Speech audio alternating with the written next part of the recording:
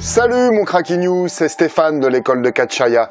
Dans cette vidéo, Tristan Archer va répondre à toutes tes questions. Tristan Archer, c'est le catcheur français qui bosse le plus en Europe, en Allemagne ou en Angleterre, pour ne citer que ça.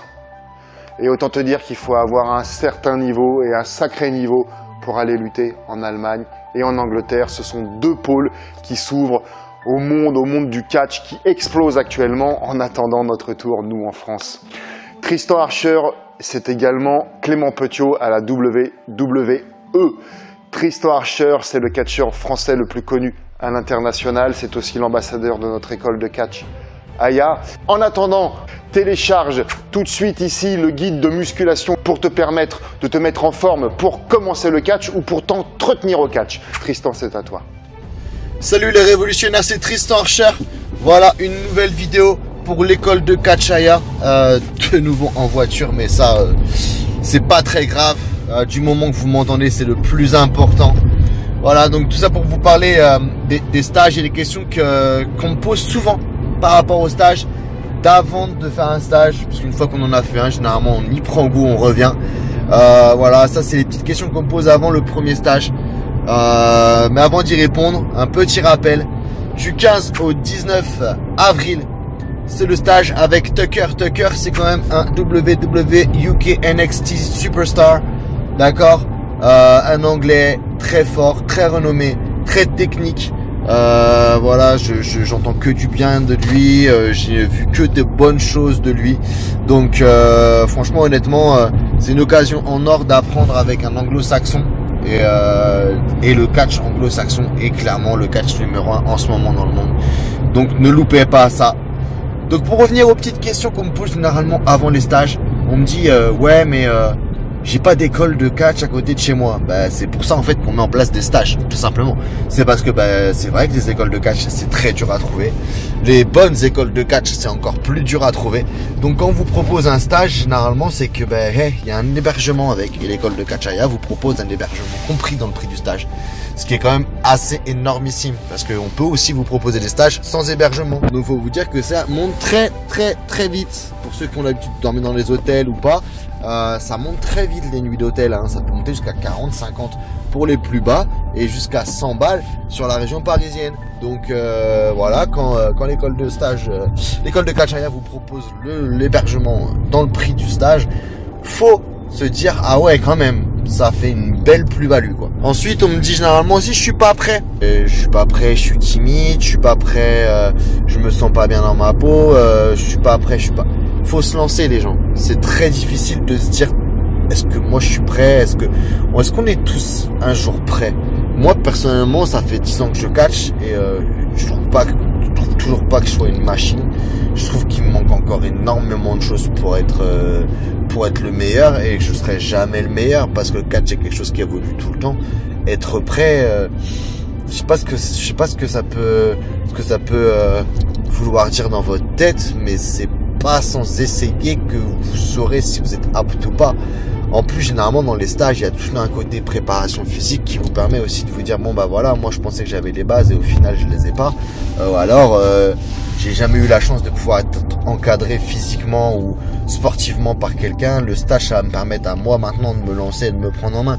Donc pas être prêt ou pas se sentir en condition ou être un peu timide ou quoi que ce soit, c'est pas des choses qui devraient vous bloquer, parce que la timidité, vous êtes bien, vous êtes en stage, vous êtes dans un milieu confiné, c'est pas encore un show de catch, vous n'êtes pas vu par des dizaines de personnes, des centaines de personnes. Donc c'est vraiment l'occasion idéale, un stage, de pouvoir justement partir de sa timidité, de commencer à en sortir, et puis après au fur et à mesure de grandir, de sortir de là. Moi quand j'étais petit, je passais mon temps à devenir tout rouge les gars. Je sais, c'est des exemples tout bêtes, hein, mais on me disait de lire un texte à l'école, je devenais tout rouge. On me parlait en public, je devenais tout rouge. Maintenant, pour me faire rougir, faut y aller, quoi. Ça m'a permis de sortir de tout ça. Une autre question aussi qu'on me pose assez souvent, c'est combien, parce que j'ai pas trop d'argent.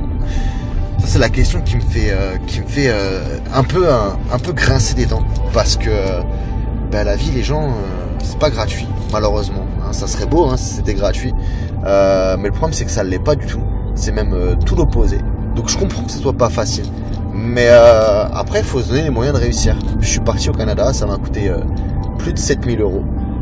Et je suis pas du tout né dans une famille aisée. Il y a mon père qui travaillait dans une usine, 4 frères, enfin 4 frères et sœurs, famille nombreuse, ma mère au foyer pour s'occuper de tout le monde. Donc non, voilà, pas rentrer dans les détails. Je m'habillais avec les vêtements des voisins, voilà. Donc à un moment donné, non, clairement, l'argent il m'est pas tombé dans les mains quoi. Je me suis cassé le dos. J'ai travaillé dans des usines, travaillé dans une usine qui s'appelait Purina. Je fabriquais de la pâté pour chat. Je cassais des blocs de fientes de poulet glacées. Donc là c'est l'hiver, hein, l'été, je vous laisse deviner l'état dans lequel étaient les fientes de poulet, l'odeur de mon corps, la difficulté du travail. Je travaillais en 5-8, donc je faisais 2 matins, une après-midi, une nuit. Enfin des choses quand même assez costauds, assez pénibles, mais parce que je savais ce que je voulais quoi.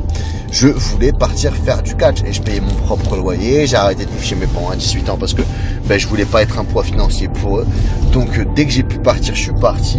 J'ai travaillé, je me suis saigné et voilà. Donc effectivement, oui, c'est vrai que ça demande une dépense d'argent, mais au final, maintenant avec la carrière que j'ai eue, l'argent que j'ai dépensé au départ, je l'ai largement remboursé.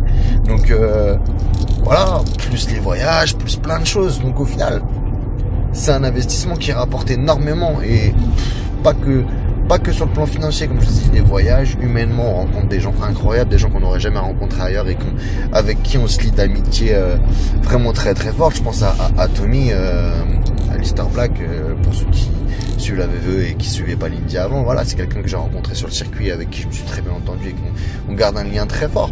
Je continue de lui faire ses programmes de musculation, il continue de m'envoyer des messages patati patata, on est toujours en contact et pourtant voilà, le gars il est à la VVE, c'est devenu une putain de superstar, le mec il est dans tous les rosters, il fait tous les gars là.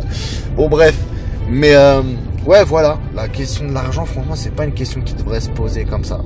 Peut-être si vous avez en dessous de 16 ans, mais si vous avez en dessous de 16 ans, il y a d'autres moyens de se préparer à faire du catch quoi. On me dit aussi oui, je suis trop vieux pour faire du catch. Voilà, si t'as 60 ans, effectivement, ouais, c'est peut-être un peu vieux. Si t'as un peu moins de 60 ans, ça devrait le faire quand même. Hein. Au dernier stage, on avait un lutteur d'une quarantaine d'années. Très bon passé sportif, il a très bien géré. Honnêtement, moi, lui sur des galas régionaux, ça me dérange pas du tout. Il a déjà son personnage de lutteur, il a ses techniques qui sont très très proches de la lutte et ça lui va très bien. Il a pas besoin d'aller chercher plus loin. On me dit ouais, j'ai 25 ans, je suis trop vieux. Les gars, je suis parti au Canada, j'avais 24 ans, j'en ai 33. Ça fait 9 ans que je fais 9 ans que je suis dans le catch, bientôt 10. Et non, quand j'ai commencé à 24 ans, je me suis pas dit c'est trop tard pour moi. Je me suis dit bon bah je vais taffer plus que ceux qui ont commencé à 16 ans. Point.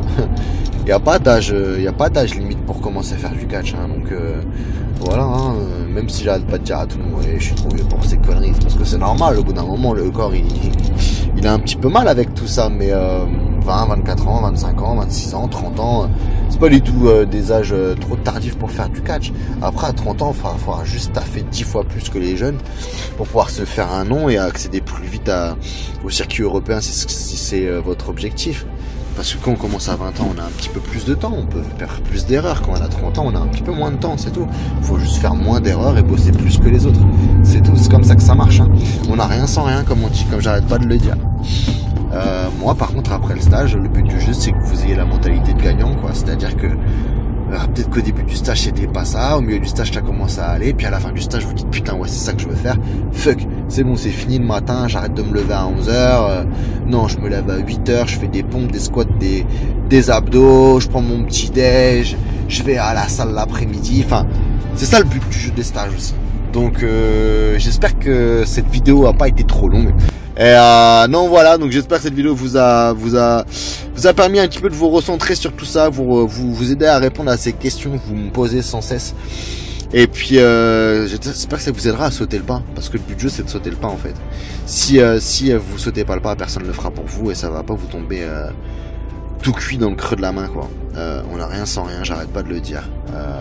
La vie c'est des sacrifices. Donc allez-y, lancez-vous et n'ayez pas de regrets quoi. Et je rappelle encore une fois le stage de Tucker du 15 au 19 avril, 5 jours, 40 heures de stage. aucune structure en France le fait.